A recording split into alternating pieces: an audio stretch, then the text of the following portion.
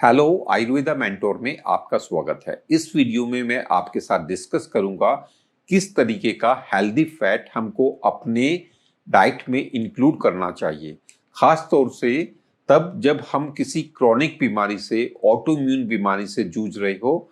हम यहाँ पर इन्फ्लेमेटरी बाउल डिजीज को भी कवर करेंगे। वास्तव में फैट हमारी डाइट के 6 मेजर इंग्रेडिएंट्स में से एक है।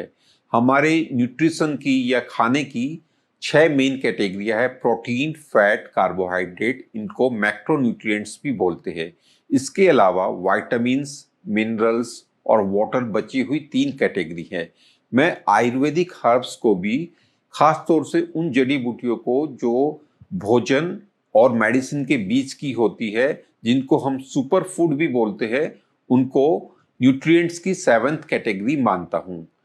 यहाँ पर हम हेल्दी फैट्स की बात करेंगे और उन हेल्दी फैट्स की जो हमें क्रॉनिक डिसऑर्डर्स और ऑटोइम्यून डिसऑर्डर्स से रिकवरी में मदद करेंगे। जब हम इंडिया के अंदर और आयुर्वेद के अंदर हेल्दी फैट्स की बात करते हैं तो जो नाम सबसे पहले आता है वो है घी, घृत या क्लेरिफाइड बटर।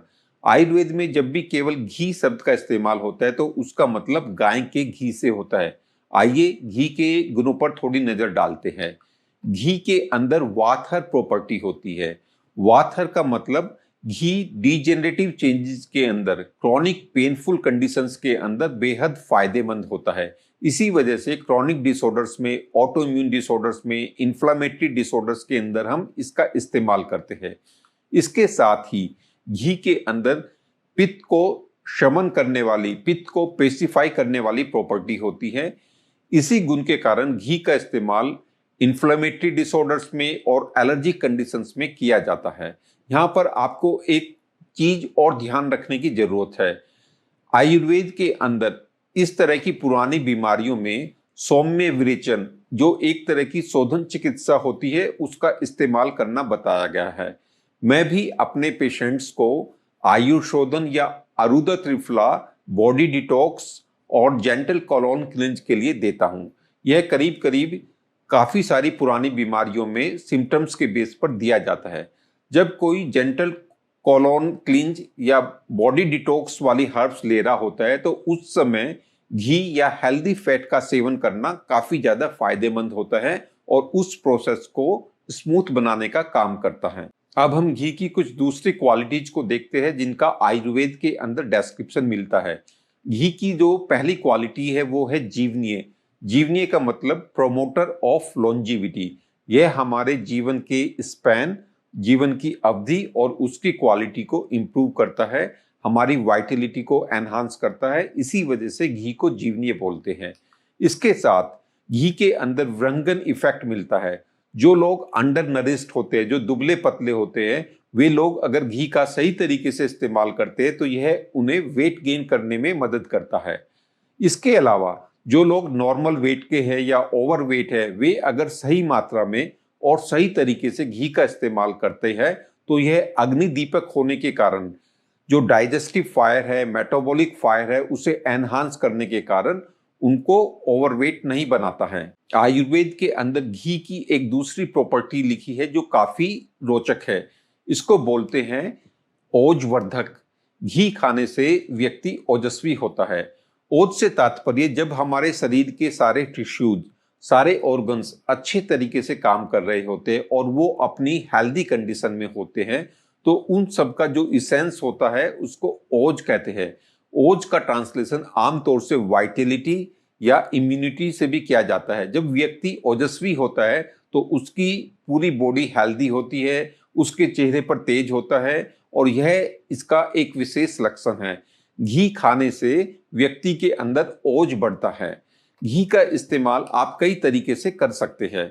हम इसको ब्रेड के साथ में, रोटी के साथ में, चावल के साथ में, दाल के साथ में, सब्जियों के साथ में, नॉन वेज फूड के साथ में, हर तरीके से इसका इस्तेमाल किया जा सकता है। यहाँ पर एक ध्यान देने वाली बात है, जब आप घी को ग्रीन लीफी वेजिटेबल्स के साथ इस्तेमाल करते हैं तो उनके कुछ ऐसे न्यूट्रिएंट्स जो फैट सोल्यूबल है वो बड़े आराम से घी के साथ आ जाते हैं। इसी तरीके से जब हम मसालों के साथ, हल्की मात्रा में मसालों के साथ घी का इस्तेमाल करते हैं तो उनके वाटर और फैट सोल्यूबल दोनों तरह के एलिमेंट्स खाने में आ जाते हैं और उनको हम आसानी से एब्जॉर्ब कर सकते हैं। घी के इस्तेमाल का एक दूसरा इंपॉर्टेंट पहलू है कि जब भी आप घी का इस्तेमाल करें उससे पहले उसे वार्म करें और लिक्विफाई करें, या आप किसी ऐसे भोजन को ग्रहण कर रहे हो जिसके अंदर घी पड़ा हो तो अच्छा है उसे थोड़ा गर्म करें, जिसकी वजह से घी लिक्विफाई हो जाता है। हर आदमी अपने स्वास्थ्य के हिसाब से, अपनी डाइजेस्टिव कैपेसिटी के हिसाब से घी का इस्तेमाल कर सकता है। आमतौर से आप इसे 1 से टीस्पूनफुल या 1 से 2 टेबल स्पूनफुल एक दिन के अंदर बड़े आराम से बिना किसी दिक्कत के इस्तेमाल कर सकते हैं। घी के बाद जो इंपॉर्टेंट कैटेगरी है वो है ऑयल्स या तेलों की। हेल्दी फैट्स के अंदर तेलों का इस्तेमाल सबसे ज्यादा किया जाता है। यहाँ पर हम जानेंगे कि किस तरीके के तेल क्रॉनिक डिसऑर्डर्स में, इन्फ्लेमेटरी डिसऑर्डर्स में, ऑटो इम्यून डिसऑर्डर्स में फायदेमंद होते हैं। सबसे पहले मैं ऑलिव ऑयल की बात करूंगा। हालांकि ऑलिव ऑयल मुख्य रूप से यूरोपियन कंट्रीज के अंदर होता है और इंडिया में ये एक्सपेंसिव है। इसके बावजूद भी अगर आप इसके गुणों पर विचार करेंगे तो यह अपने आप में काफी अच्छा तेल है और इसका इस्तेमाल कर लेना चाहिए। इंडिया के अंदर कोकोनट ऑयल जो साउथ इंडिया के अंदर प्रचुर मात्रा में होता है वह भी बेहद अच्छी कैटेगरी है। आपको इन दो तेलों को अवॉइड करना चाहिए। यह है कैनोला ऑयल और सरसों का तेल। अनफॉर्चुनेटली इंडिया के अंदर खाने वाले तेलों में सबसे ज्यादा इस्तेमाल इन दोनों तेलों का ही होता है। ये अपेक्षाकृत थोड़े सस्ते होते हैं लेकिन इनका लगातार खाना आपको काफी नुकसान कर सकता है, खास तौर से क्रॉनिक डिसऑर्डर्स में और ऑटोइम्यून डिसऑर्डर्स के अंदर। इन दो तेलों के अलावा 4 और तेल है जिनका इस्तेमाल आप बिना किसी दुविधा के कर सकते हैं। ये है सोयाबीन का तेल, grapeseed oil. Grapeseed oil European countries के अंदर थोड़ा सस्ता होता है। इसके साथ मूंगफली का तेल और सूरजमुखी का तेल। ये चारों तेल बेहद अच्छे हैं और आमतौर से थोड़े सस्ते होते हैं। इनका इस्तेमाल आप कर सकते हैं। यहाँ पर यह जानना जरूरी है कि ऑलिव ऑयल और कोकोनट ऑयल को क्यों मैंने सबसे बेहतर पाया। आप देख सकते हैं कि इन दोनों के अंदर पित्त को समन करने की प्रॉपर्टी होती है। इसी वजह से ये इन्फ्लेमेटरी डिसऑर्डर्स में और एलर्जिक कंडीशंस में काफी फायदेमंद होते हैं। ये दोनों तेल वातहर भी होते हैं और इसी प्रॉपर्टी के कारण डीजेनरेटिव चेंजेस और क्रॉनिक पेनफुल कंडीशंस में हेल्पफुल होते हैं।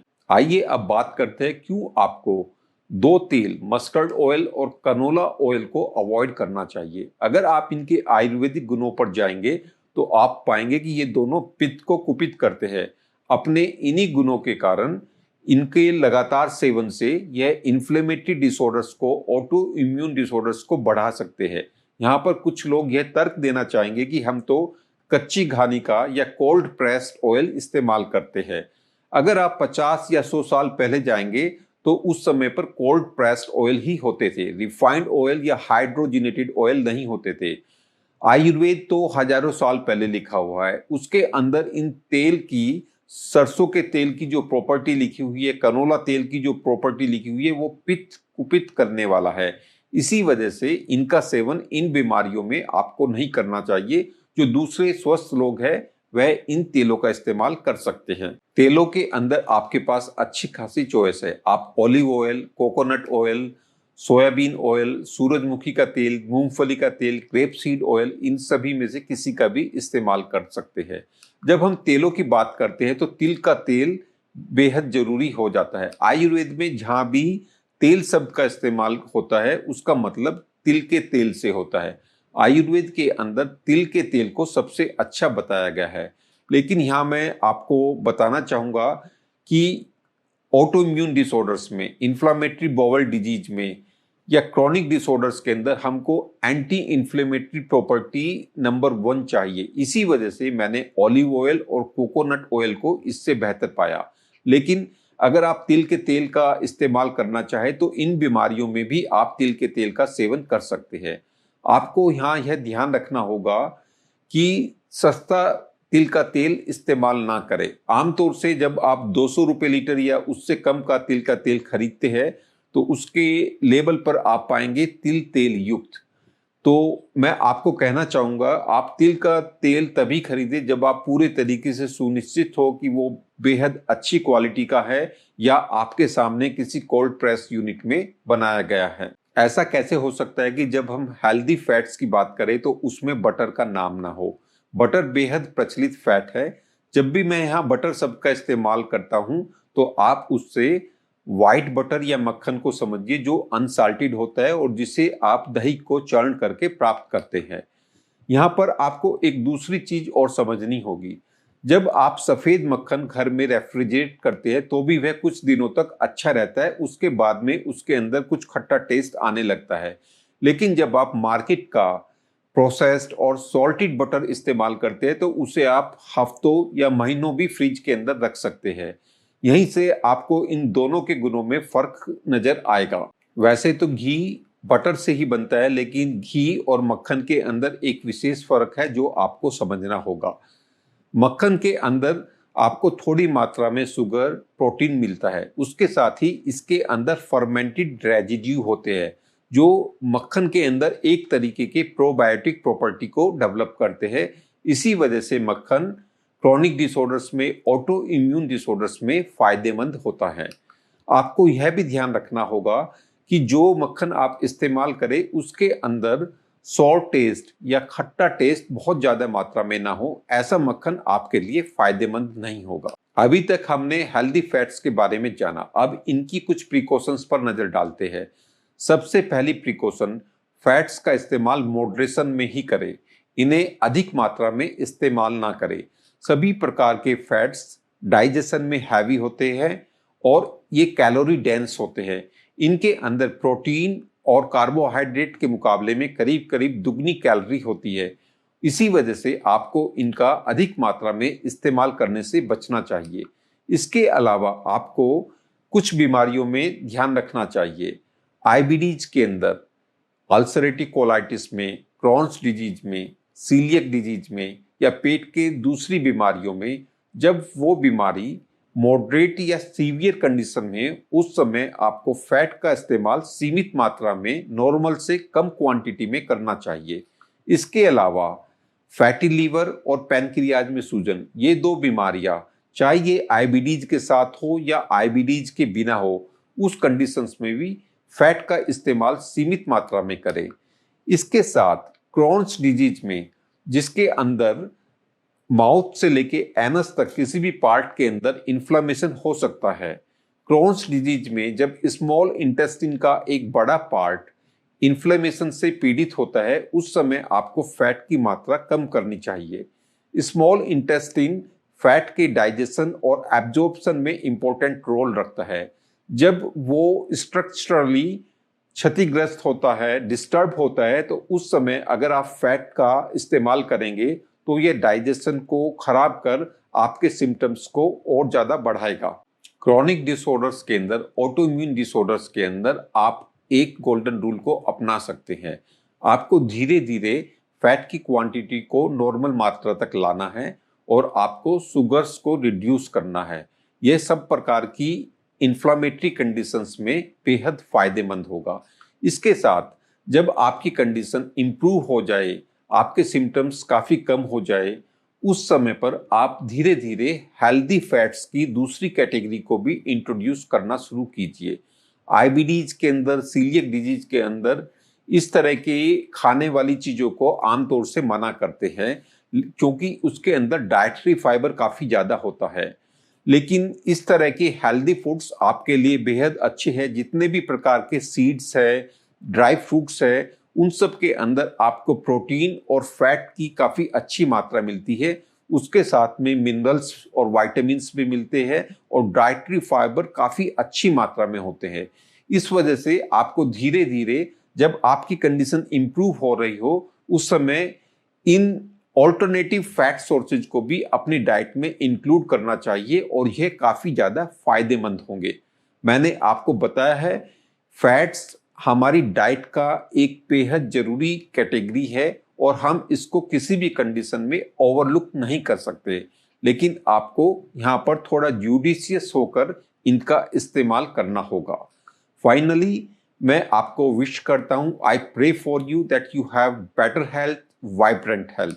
आप आयुर्वेद और योग को अपने जीवन में अपनाइए। आपके बेहतर स्वास्थ्य और सुखद जीवन की कामना के साथ डॉक्टर विक्रमादित्य तोमर, नमस्ते।